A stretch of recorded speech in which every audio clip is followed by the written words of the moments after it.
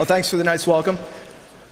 We actually, a few weeks ago, at the Asia Crypt conference, which happens every year, we asked a cryptographer, hey, what do you think the most important thing that happened in crypto this year was? And he said, well, of course the answer is obfuscation, and distinguishability obfuscation based on multilinear maps. Now, I hate to say this, but the flagship cryptographic conferences are full of this sort of shit. And if this is the best defense that the world has against the US National Security Agency, we're screwed.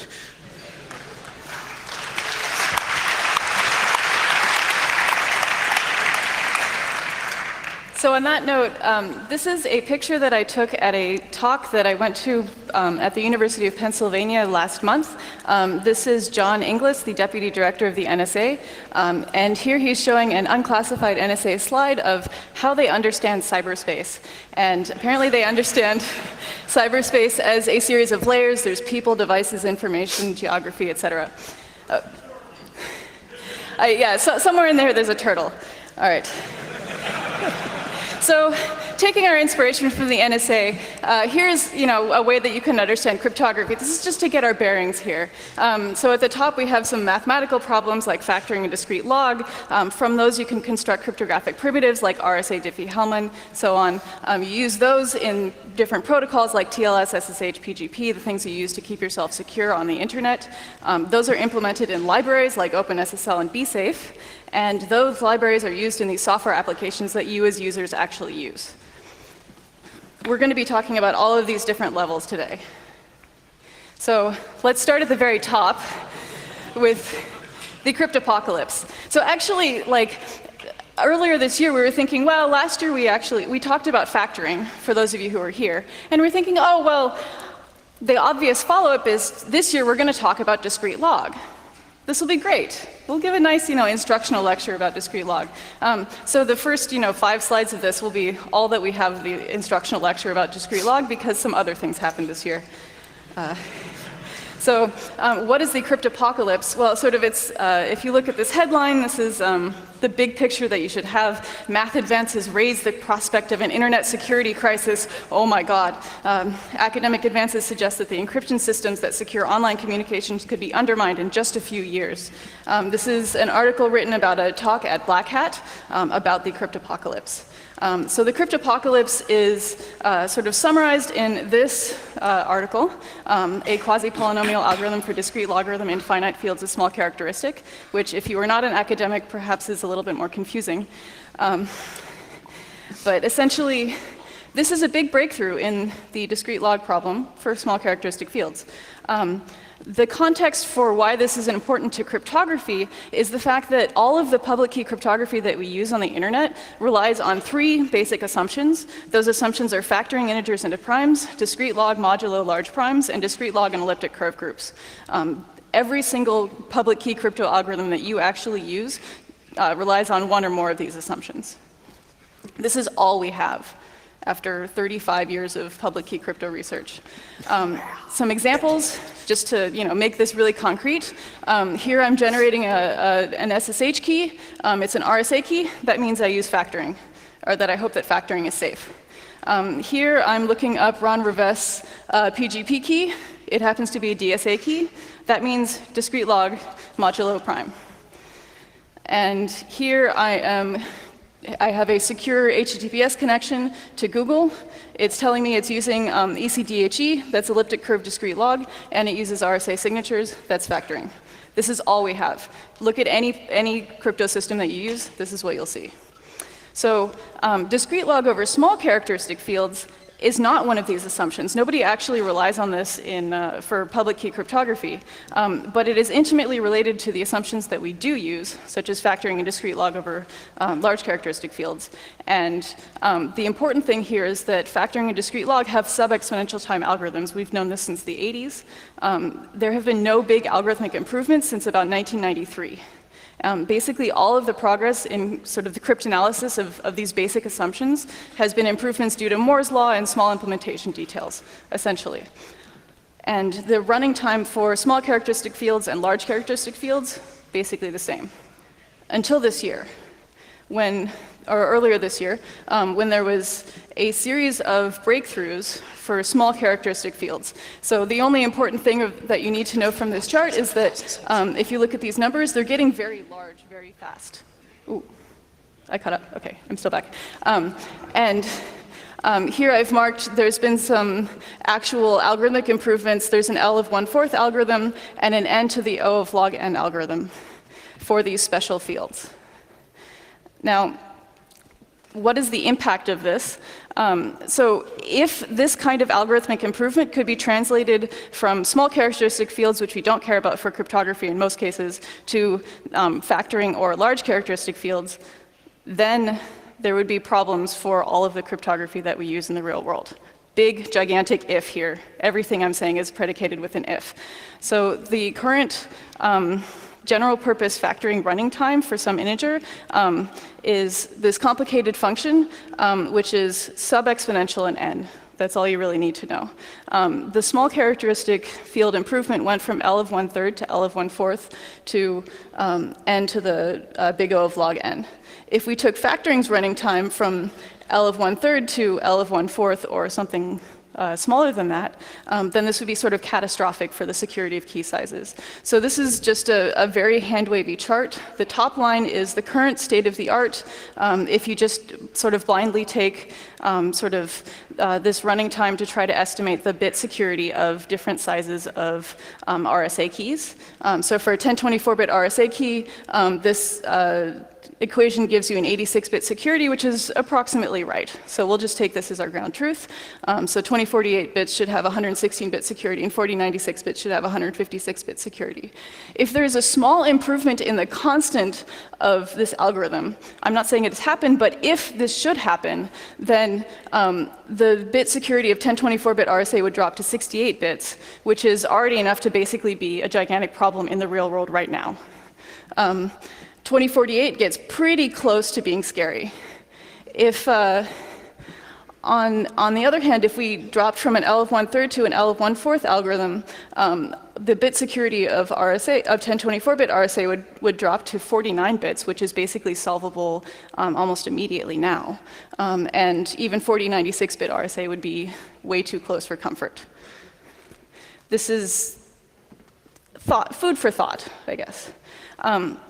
The upshot of this, however, is that no, we don't know how to adapt these big improvements for small characteristic fields into the cases that we care about in cryptography now, like large characteristic primes or factoring. But this is a reminder that sometimes big progress can be made on old problems. There was very little progress for 2 decades, and then all of a sudden there was a massive improvement. We do not know the end of the story for factoring, as far as I can tell. There's no proof that these problems are hard in the complexity theoretic sense, and therefore, just because nothing has happened for 2 decades doesn't mean that something cannot happen. Asterisk elliptic curves are a completely different story. All of these techniques are unlikely to work in that case. So for practitioners, the things to think about, Dan and I actually had some big arguments about what to say here. I want to say don't hard code your algorithms or key sizes, because things can change. Dan doesn't like algorithmic agility, but he says that we know what the correct choices are, and you should put in the correct choices, which is very conservative choices for elliptic curves. The big lesson here is listen to the cryptographers, because this kind of news is actually old news. And if you need to use new public key crypto, think about elliptic curves. There will be a little bit more on this later. All right, we, as Nadia mentioned, have some other topics to talk about because, sadly, some other things happened in crypto this year. Actually, what I found most interesting from the beginning of the year was, for the first time in recorded human history, a non-technical user actually tried to use cryptography.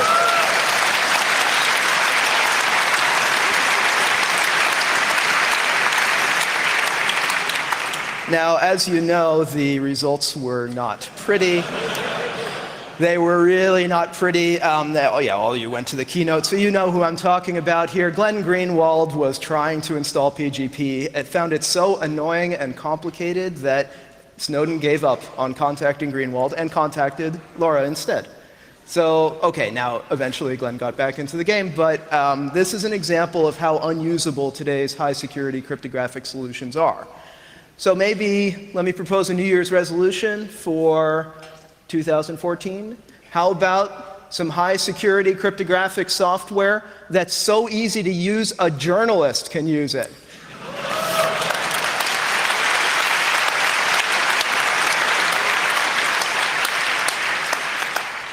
Now, of course, we do have some crypto that's actually deployed on the internet, like TLS, HTTPS. That's something which is a pain to set up on the server side, but it's actually reasonably easy on the user side. But is it actually secure? Well, there's been a bunch of problems with it over the years, and there's some interesting news about that this year. So in February, well, here's a quote from 2008 from the TLS specification, which says there's a small timing channel that's not believed to be large enough to be exploitable. And this is like, in the movie when you see, there's the bomb, oh, but it's inside a box, so it's not going to blow up. You know what's going to happen here. So there's this Lucky 13 attack announced in February, which says that, yeah, this timing side channel is exploitable. It can be wrangled into revealing plain text data. And look, here's the demo. They actually did it and got cookies out of supposedly secure SSL connections.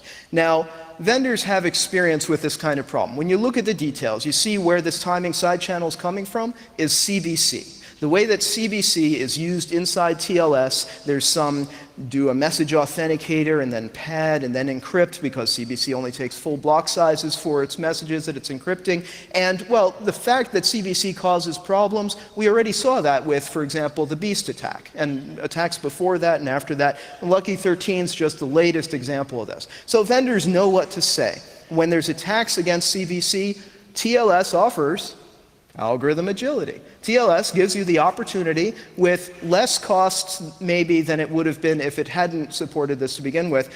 TLS offers the option to switch from CBC to the backup plan. The backup plan is, of course, RC4. So here's from F5. F5 is a big network equipment vendor and very widely used, and they are one of many examples of vendors saying, okay, protect yourself against all these attacks like Lucky 13 by configuring your SSL to use RC4. And try to do this on the client side, try to do it on the server side, and RC4 is immune to these attacks. So RC4, by February, was successfully used for more than half of all SSL traffic on the internet, according to some surveys, which caused a little bit of a fuss a month later with attacks against RC4 as used in TLS, which would recover cookies after some number of millions or maybe even billions of repetitions of the cookie. It's not the fastest attack in the world, but it doesn't need all the fancy timing being close to the server you're attacking or the client you're attacking, like Lucky 13. So RC4 is not looking too good in TLS. There's also problems with using RC4 in WPA. RC4 being broken, this is not news. This is something where RC4 has had weakness after weakness after weakness. Starting in 2000, were already major papers saying RC4 sucks. This is just not a good stream cipher. And still, it is deployed as, well, it's dropped from 50%, but it is the stream cipher that's widely implemented in TLS. So at this point, TLS has the AES CBC option, which is extremely difficult to implement in a secure way, and it has the RC4 option, which is broken. No matter how you implement it, it just doesn't encrypt your data properly. And then it has, for example, the GCM option if your client and server support TLS 1.2, which your client doesn't, your server might. It's not really a pretty picture. So that's the story for TLS.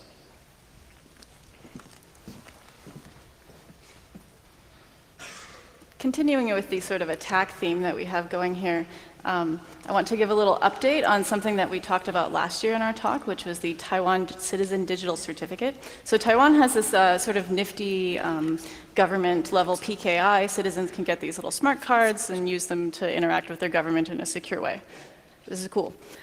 So last year, when we were talking about weak RSA keys, we reported on a student project from Taiwan where they collected 3 million certificates with RSA keys in them and computed the pairwise GCDs of all of these keys and found that some actually shared common factors which let them factor these keys easily. There were 103 keys that had this property, so if you have two RSA keys that share one common prime P, you can compute the GCD, that gives you P, you can divide out, get P and Q, that gives you the private key. Okay, so there's lots of RNG failures of this form. If you went to Alex's talk earlier today, you heard about weak keys and routers and things. Bad random number generator, end of story, right? Okay, they got to fix it. Then we took a closer look at the prime factors. This is the most commonly shared prime factor in these keys. It's prime. It's random. This is the next prime after 2 to the 511 plus 2 to the 510. So, yes. That's a problem with the random number generator. This is the next most commonly shared prime factor. And as we went down the list of the prime factors, we found a whole bunch more of this form. So by sort of extrapolating cleverly, doing some trial division, random guessing, and some nifty math tricks involving lattices, we were able to factor 80 more keys. This is a lesson that there's lots of ways that crypto can fail if you have a bad random number generator. There's lots of structure in these problems. It turns out the root of the problem was sort of a combination of two things. There's a faulty hardware RNG in the Renesas AE45C1 microcontroller, which is the card, one of the cards that they were using for this PKI deployment. And this was combined with a failure to do any post-processing whatsoever on the card output. So yes, we factored some keys. So now then this node leak started, and cryptographers started being kind of interested in all the things going on there, and so the NSA had to swing into action. And so here is what they threw at us. So certainly on ePrint, a publication from the NSA surfaced about 2 stream ciphers or 2 small lightweight ciphers, block ciphers designed by the NSA. And sure enough, this worked. So throughout the year, there is 4 more papers on ePrint. So apparently, the cryptographic community has been successfully distracted from looking at this. Actually, it's worse than this. I took an oath of secrecy as a member of the program committee for the Fast Software Encryption Workshop that I wouldn't reveal to you what I'm about to reveal to you. There were 8 submissions of papers to this workshop, which were cryptanalyzing, Simon, and Spec. Now imagine this for a moment. You have like 8 papers that are 15 or 20 or more pages each, and we're scientifically obliged to review these papers and have 3 people write detailed reports about each of these papers. That's like 24 reports about 8 papers about these NSA ciphers that how could you possibly be crazy enough to deploy an NSA cipher in the first place? But nevertheless, we have to spend time on this. More productive stuff, so we didn't get distracted, so we sat down, we being Peter Schwab, a student of his, Dan and me, and did a small version of the salt library. So the salt library is what Nadia had on her slides already. It's a very small, compact. It just gives you one option, but that's the option we think you want. And now you can have the same thing in a very short version in just 100 tweets. So if you go to twitter.com/tweetsalt, you can find the whole library in just 100 tweets. There are also some nicer indented versions. A little bit of advertisement. So for you, those of you who are interested in the salt library and other stuff, there's You Broke the Internet assembly going on in parallel in Hall E. And tomorrow afternoon, starting at 1 o'clock, there is a meeting where we will be reporting in more detail about the salt library.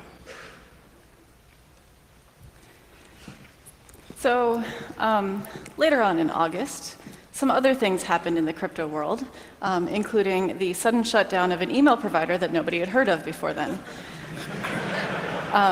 So Ladar Levison wrote this very touching letter of apologizing that he had to shut down his email provider for unknown reasons. A couple of months later, we actually found out the reason, which is, among other things, this document.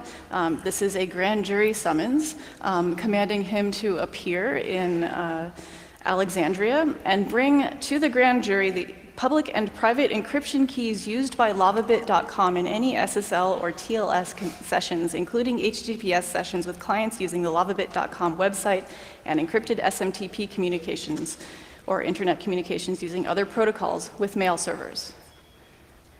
This is amazing. I mean, since the NSA revelations, people have been speculating, okay, is there some sort of legal procedure that the government can use to get private keys out of internet providers? Is this possible? Is this legally possible? Are there Fourth Amendment restrictions? And then suddenly, we have this thing appearing out of outer space, and we actually see that it's happening. And this is so casual that there's no way that this is possibly the first time that this has ever been done. But this is the only case that we've actually seen of an internet provider being compelled to turn over the keys for their entire service this way. This is incredible. So I want to explain just a little bit of sort of basic crypto to understand why this is so damaging. So this is a diagram of how the TLS RSA key exchange works. This is the most commonly used key exchange method if you do a HTTPS session. So the way that it works, the client, so Alice wants to connect to, say, lavabit.com. She says, hello. The server replies with the certificate, which contains a public RSA key. Then what Alice does is she uses that RSA key to encrypt some symmetric keying information and sends it to the server. And then what the server does is it responds by then initiating an encrypted session using the symmetric keying information that Alice sent over. And then from then on, all their communication is done using this keying information. So once the government has asked for Lavabit's private key, if they have been collecting the information that Lavabit has been sending to everybody over time, they can then decrypt the traffic that is sent from now on or from any point in the past where they have the traffic. Because they have the private key for this RSA key here, they can just decrypt the packet that contains the symmetric keying information and then decrypt the entire session. So demanding a private key of this form endangers not just the one customer that they're going after, but every single customer of the entire service.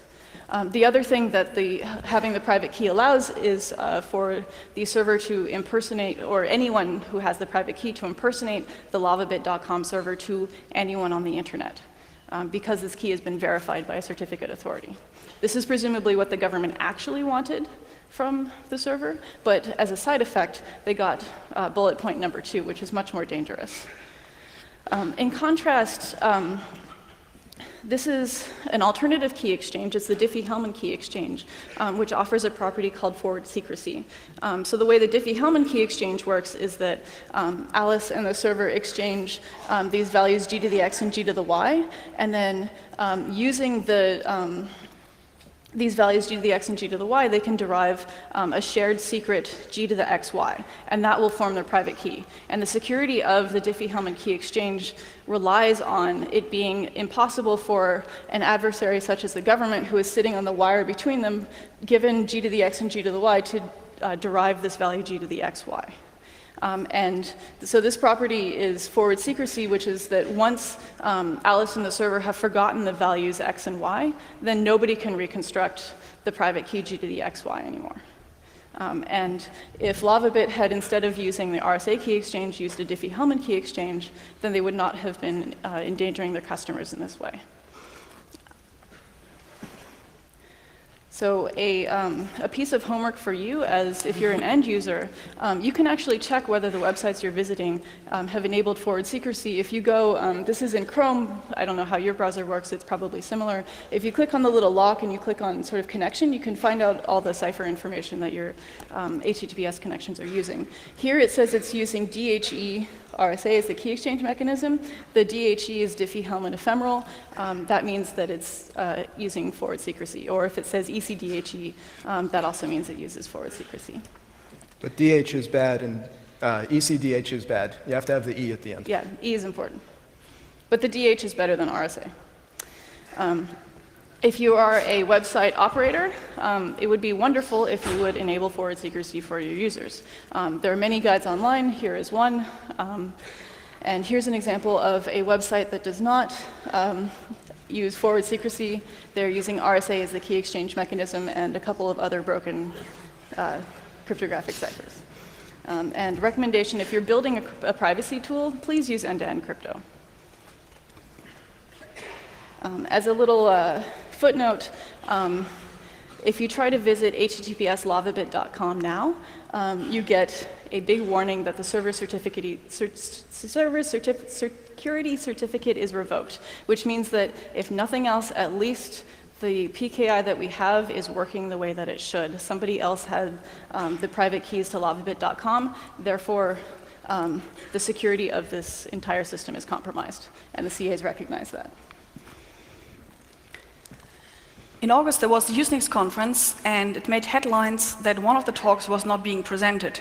So this was a talk by Barish Ege, Flavio Garcia, Raul Verdult, and what they showed is an attack on breaking the, well, it's car immobilizers. The company behind it that was suing them was Volkswagen, but it was more for their high-end luxury cars.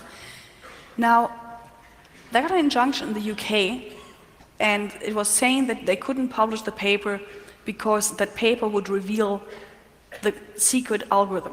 It is not they can't publish the paper because they broke the algorithm. It's they couldn't publish the paper because it would reveal the algorithm. Now, we then asked them, hey, could you at least publish the attack? And okay, they were also not allowed to publish the attack because the attack would allow a reader to reconstruct what the secret algorithm is. So those who now have these cars are no more secure than they were before, but the people couldn't publish the paper at a cryptographic conference. All right, so back at the crypto conference circuit, if you're going to be writing papers about things like indistinguishability obfuscation using multilinear maps, then, well, it doesn't mean that you don't care.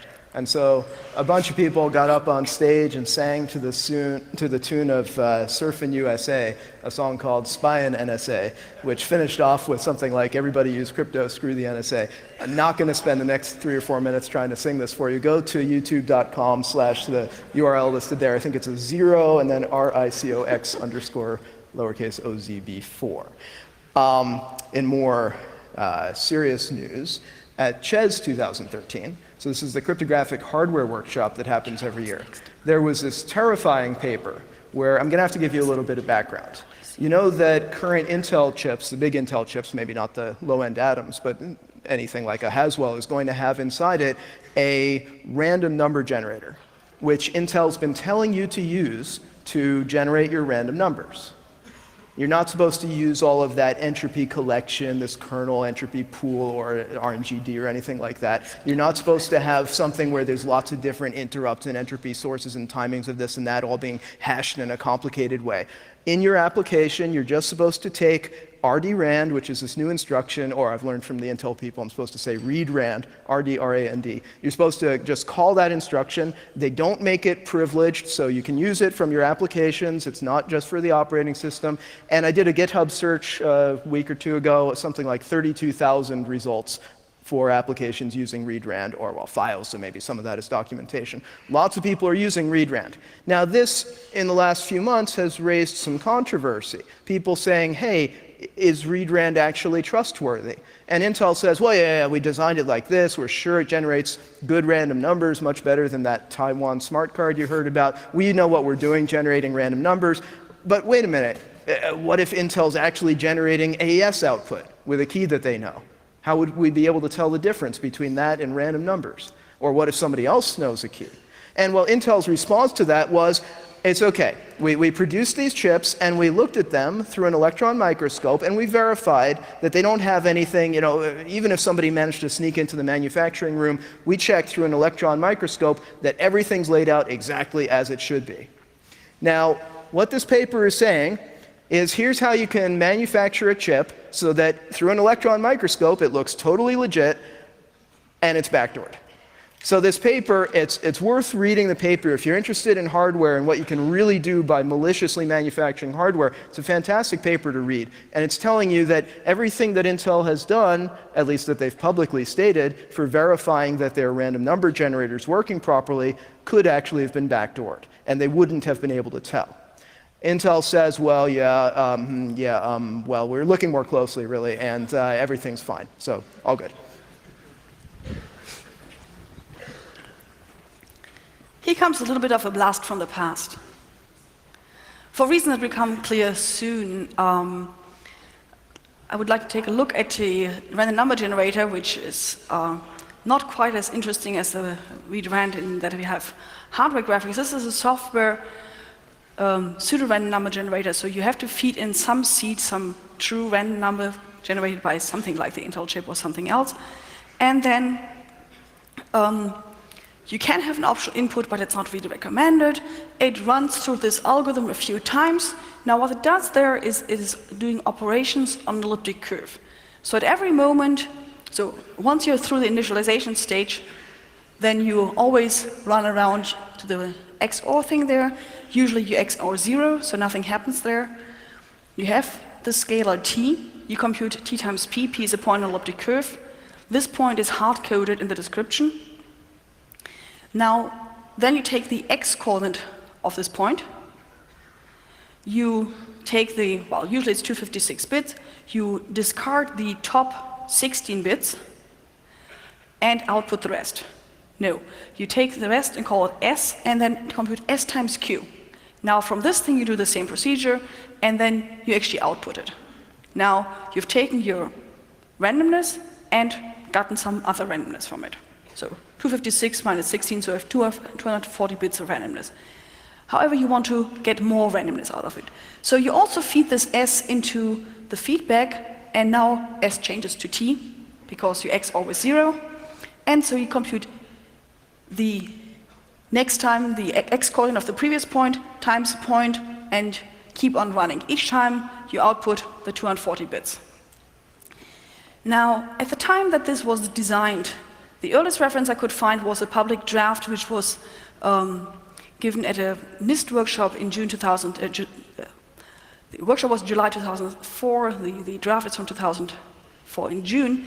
At that point, this has been already discussed in ANSI, but I haven't been able to track down any early documents of it.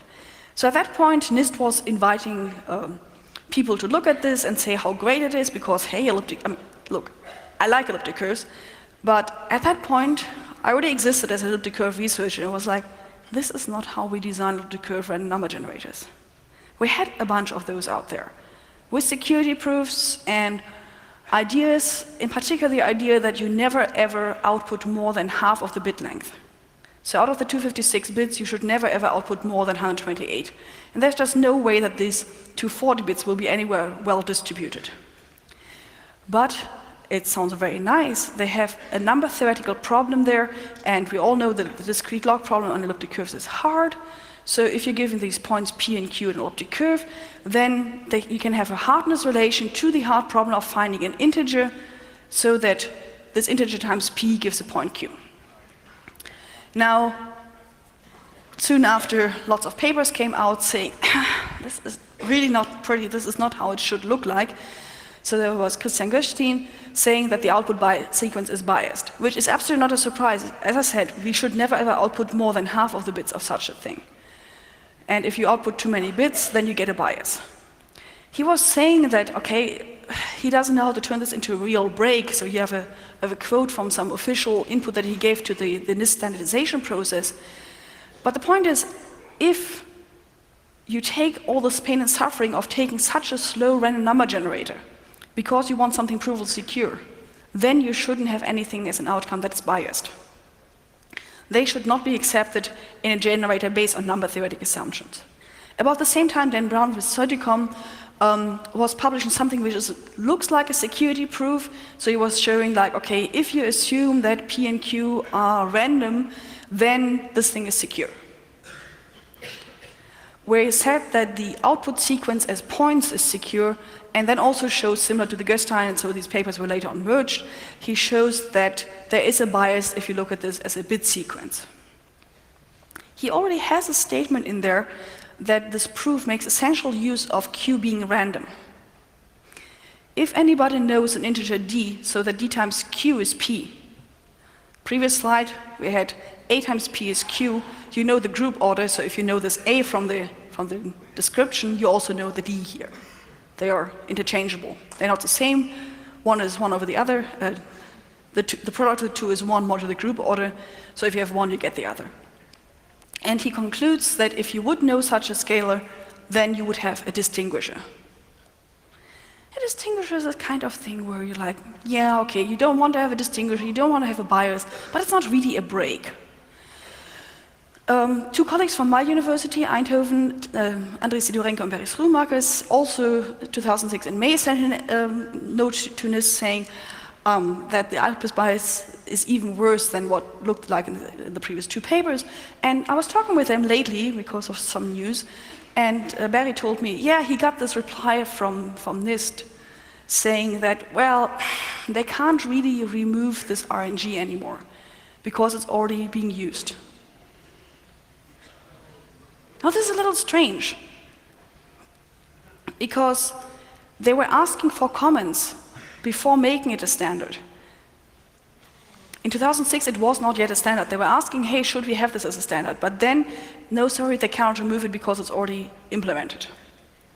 A year later, at the Crypto 2007 RAM session, Daniel Sumov and Niels Ferguson were giving a talk and showing that it's not just a distinguisher, but even a backdoor. So if anybody knows this D, then they can predict the sequence. It's a very small computation, and you can just get the index points.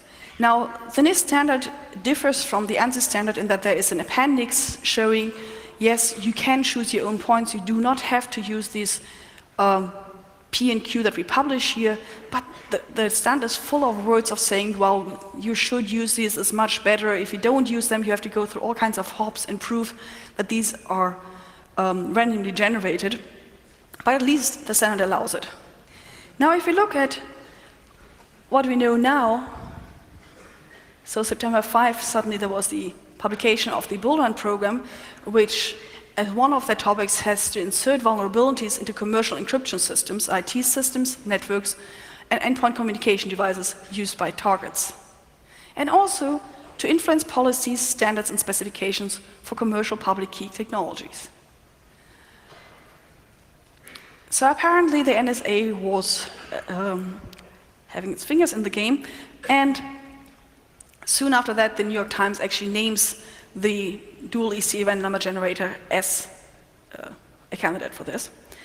But honestly, at that point, I was like, yeah, but nobody will use this. I mean, we all said in 2006 and 2007, don't use this. I mean, after the backdoor thing, it was really, really clear that nobody should ever possibly use this. Now, when you look at, I put a URL on the slide, there are actually quite a few companies that have FIPS validation for their RNG implementation of this system. Most interesting part is, when you look at this list, there are very few of them which have it enabled as a default. But RSA BSafe library is one of these. Now, on the positive side, Nist at that point had enough public pressure to open the discussion, and they're now recommending against using this particular RNG, and they're asking for comments of people, and I think the comment is pretty clear. No, we do not suggest to continue using this system. And RSA has also stated that, based on this recommendation, they now recommend that users change it from the default, and the new library would be changed. Uh-oh. Oh, Who's sorry. next? Oh, it's still you. Sorry. Actually, we did some fun. We have some implementations. Now, I said before that out of the 256 bits of your X coordinate, we only give you 240. When you now read the standard where you know that this is likely a backdoor and likely something where the NSA wants you to use it, then it's very interesting that it goes that you should not add extra randomness. This is an RNG. You should think that randomness is a good thing here. But it very clearly points out that, no, please make sure to use the affine representation, which is unique for a point. Do not give us anything that we cannot figure out how it works. So here is how the attack works. So assume that you have the secret D, you have the NSA backdoor, then you can compute, you can expand this candidate RI, the 240 bits, to a point. For every candidate, 16 bits, you have a 50% chance it works. If it doesn't work, then move on to the next one. So if you're missing 16 bits, that's 2 to the 16. Out of those, 2 to the 15 will work for the next few steps. So then you have to do 2 scalar multiplications, check with your NSE secret vector the next point, compute the x-coordinate, extract the next scalar, and check whether the next output actually matches the output you've seen. If it does, it's very, very, very likely the right point. If it doesn't, okay, move on to the next one. Now we implemented this, and on a single core, on a kind of recent processor, it takes 20 seconds to go through all 16 bits. If you removed more bits, if you remove like 8 bits extra, then it takes 85 seconds, still pretty doable to check all of them, but if you remove like 32 bits, then it starts being painful. But the NSA has a few more than just one core. So if you throw like 64K cores at it, then you're down to the 20 seconds. Now, but you know, in 2004 or 2005, this looks like a big computation, so yes, the standard is very clear and says, for performance reasons,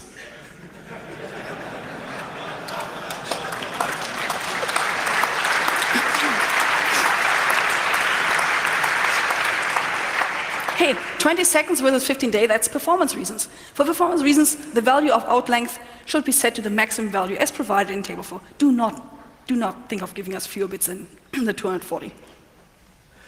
Okay, so later in September 2013, people are starting to look at more of these Nist standards. It's not just the EC dual EC DRBG, but there is, for instance, the SHA-3 competition.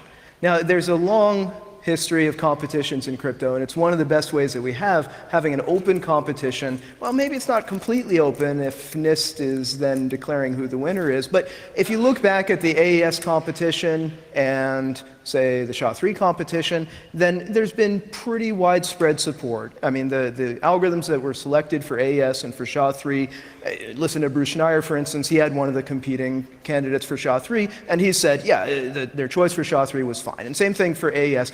Everybody, well, maybe there are a few complaints, but everybody feels like these are reasonable algorithms, and nobody's been seriously criticizing the choices.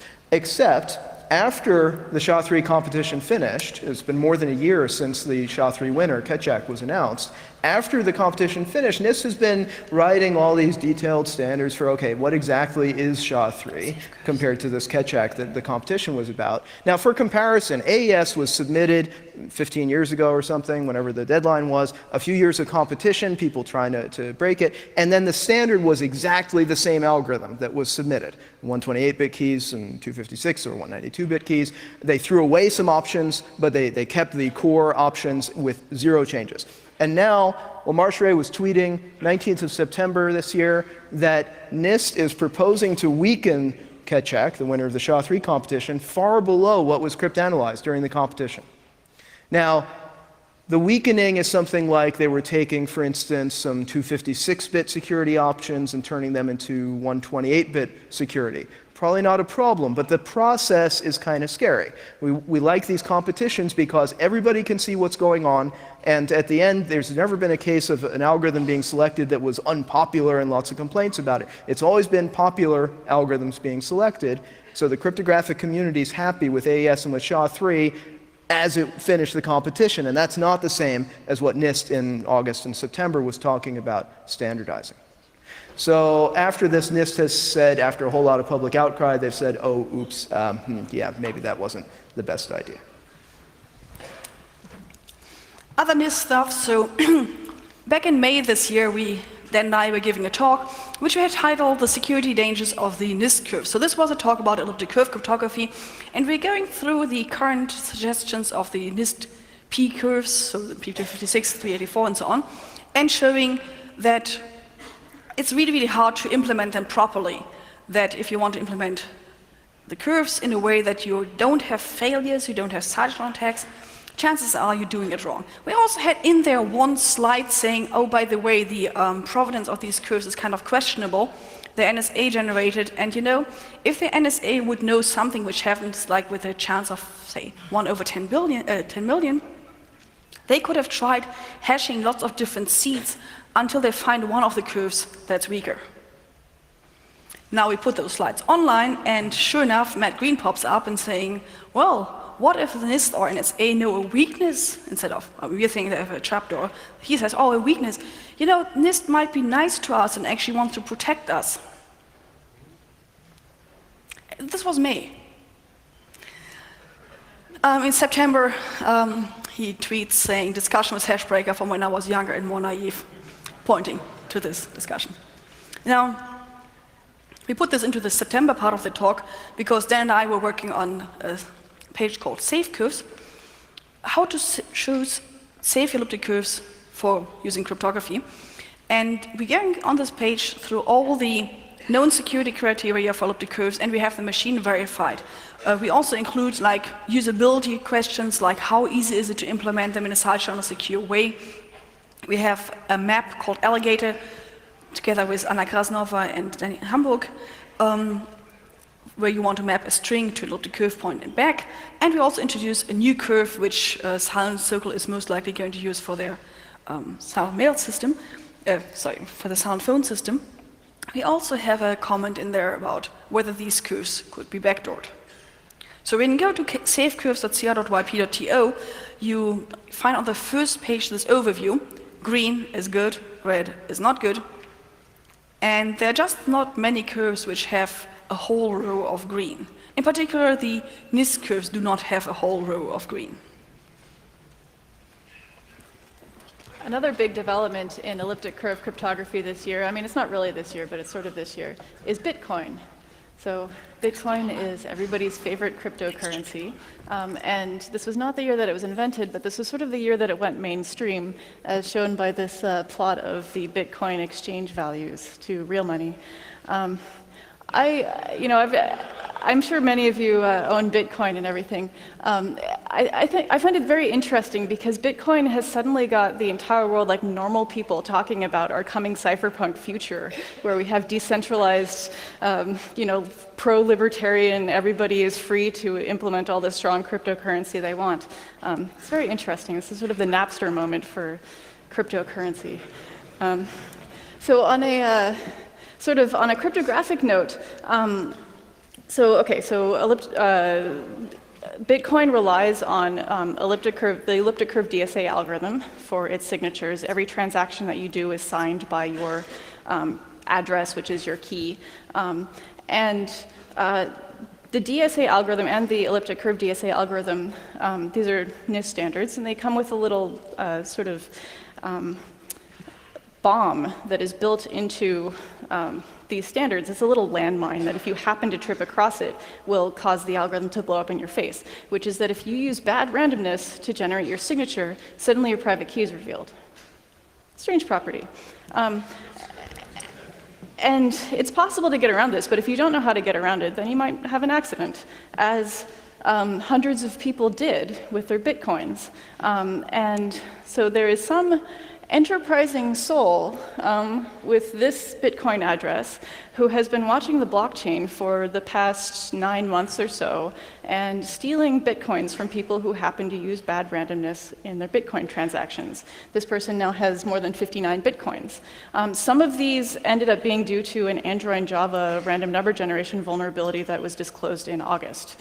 Not all of them are. So it's interesting what happens when you suddenly have irreversible transactions that are secured only by crypto standards and implementations from random people on the internet.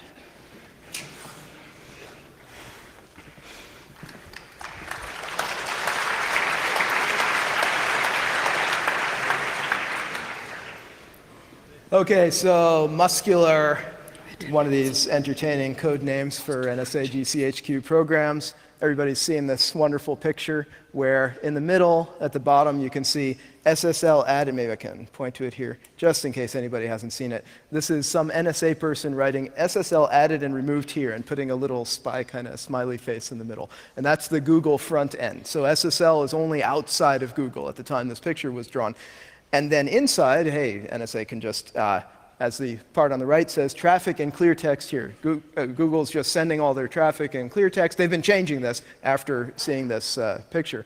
The official Google statement about this picture said, "We are outraged." So that's already pretty serious. The unofficial but very public Google statement about this said, "Fuck these guys." The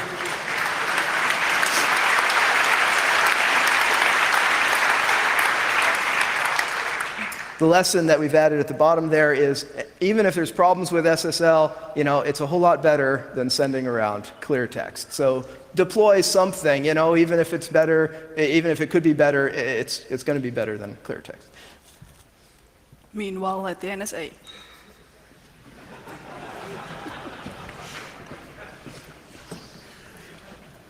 Also, meanwhile, at the NSA, here's another slide from this NSA presentation that I went to. It's a little bit blurry from the picture, but there's kind of like this diagram of cyberspace on a railroad track, and one rail is labeled protecting and maintaining privacy and civil liberties. The other rail is labeled safeguarding wealth and treasure. This is the strangest mixed metaphor I've ever seen. But I'm pretty sure that it means that all of us on cyberspace are being railroaded by the NSA.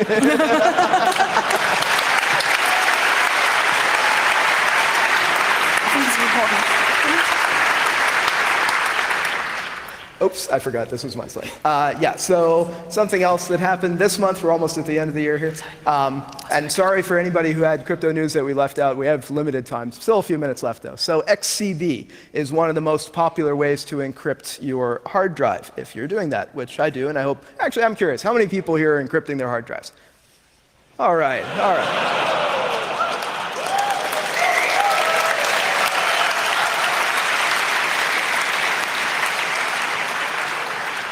All right, one of the original standards for hard drive encryption, encrypting each block, is XCB. And it actually has two versions. The second version, XCB version 2. Well, this paper from Chakraborty and Hernandez Jimenez and Sarkar, 4th of December this year, is saying XCB is not secure as a TES. TES is the sort of thing you say to make sure that people who haven't been in the community aren't allowed to write papers. If you say it's not secure encrypting your hard drive, then everybody laughs the paper out of the system. You have to know to say it's not secure as a TES. Anyway, this is saying it's not secure as a disk encryption system. There's an easy attack, faulty padding scheme, blah, blah, blah. Proof of the security theorem is wrong. And then the really funny thing is, this is the second version. The first version was thrown away because the authors of XCB said that they were modifying it to help the analysis, to enable easy analysis. Maybe that means to make the cryptanalyst job easier. Somehow they changed XCB in a way that, well, they said would actually allow a security proof, but the security proof was wrong. And they made it weaker. Actually, the original XCB, from everything we've seen now, is stronger than the modified disk encryption method. Now, there's lots of even worse ways to encrypt your disk, but this is kind of scary that we have these provably secure standards where the proof is wrong and it's still standardized and lots of people are using it. I haven't seen any comments from the authors of XCB about this attack. Another attack that happened is acoustic attacks. There's a long history of power analysis attacks. This is watching the power consumption of your CPU or whatever your cryptographic device is, smart card or something. And acoustic attacks are doing power attacks where they're reading out the power signal instead of through a wire, watching voltages or something on the wire. They're watching the hum of a capacitor or something else that's making noise, and that noise gets sent through the air. If you look at this picture, you can see some sort of cool parabolic microphone here focusing on a target ThinkPad over on the right side. And so from a considerable distance, they were able in 1 hour to find a 4096-bit GPG key. The 1 hour was the key was being used for, somehow they were forcing the machine to do a lot of decryptions using that RSA key, and then they got the 4096 secret bits. Now, you might think, okay, I can look around the room, there's nobody who's that close to me with a microphone. But they also demonstrated the same attack using the totally wimpy microphone on a typical smartphone. And again, 1 hour, they managed to get a 4096-bit key. The they here is Genkin and Shamir and Tromer.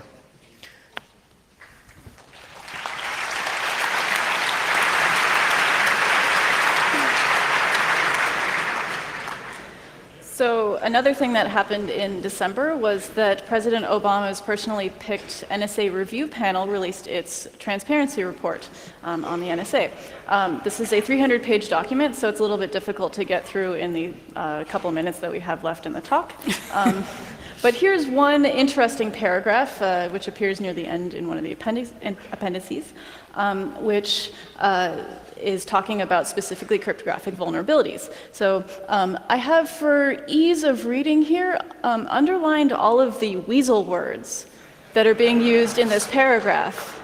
Upon review, we are unaware of any vulnerability created by the US government in generally available commercial software that puts users at risk of criminal hackers or foreign governments, not our government, the only foreign ones, decrypting their data. It goes on. So, under this program. Under this program is the only thing missing here. So, just to illustrate this, here's a list of, some wild speculation, some of it perfectly reasonable, like the first one, and some of it totally unreasonable, like the last one, that is not ruled out by this paragraph. The NSA could have backdoored the dual ECDRBG and only they have the key. They could have backdoored the Nist curves and only they have the key. They could have introduced vulnerabilities into cryptographic software like OpenSSL, which is free software and not commercially available. They could have introduced backdoors into Windows, Mac OS, and Red Hat, which are only 3 commercially available operating systems out of the hundreds that are on the market. They could have introduced backdoors into cryptographic hardware, because that's not covered by the commercially available software that they were talking about. Things like the Intel hardware RNG, or the AES instructions. Or they could have modified 100% of the generally available commercial software to disable encryption whenever possible. Finally, they could have built in a key escrow feature into AES that allows lawful access to any AES encrypted data anywhere. How are we supposed to know with that kind of denial? Now, what we learned soon after was that RSA has accepted a payment of 10 million US dollars in around 2004. Speculations are it's not just one payment, but multiple payments, in order to implement the beautiful EC dual random number generator that I mentioned before.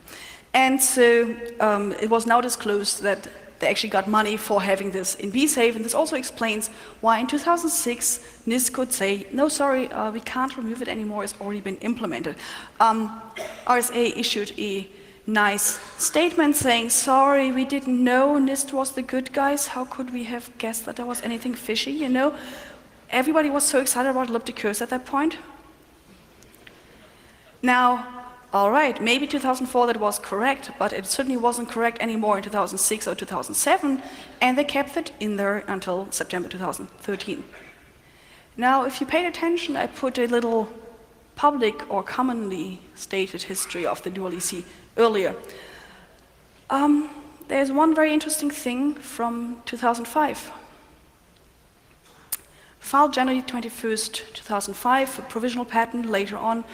It's a patent by Dan Brown and Scott Van Stern from Certicom about elliptic curve random number generation. Now, this is not the patent explaining the dual EC RNG. They actually explicitly refer to ANSI for defining this. However, if you look at it, already in the abstract,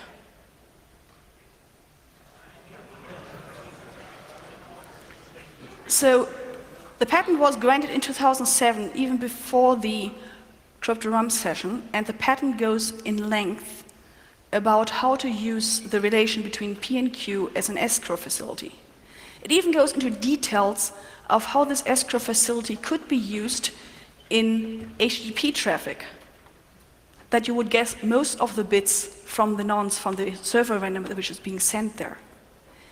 So there's also a part 1 to this patent, which is saying, oh, if you want to use the appendix of the standard, then you should pay us royalties, because it also goes into details of how to avoid this escrow feature, which makes very clear that nobody would ever implement this. It also gives a very nice whitewash to Certicom, because they say, look, we told the world about it, nobody wanted to listen. We even explained how to use it, and at the same time it makes very clear that nobody will ever use the protection against the backdoor. So whoever has the key to this backdoor will keep on being able to decrypt all traffic.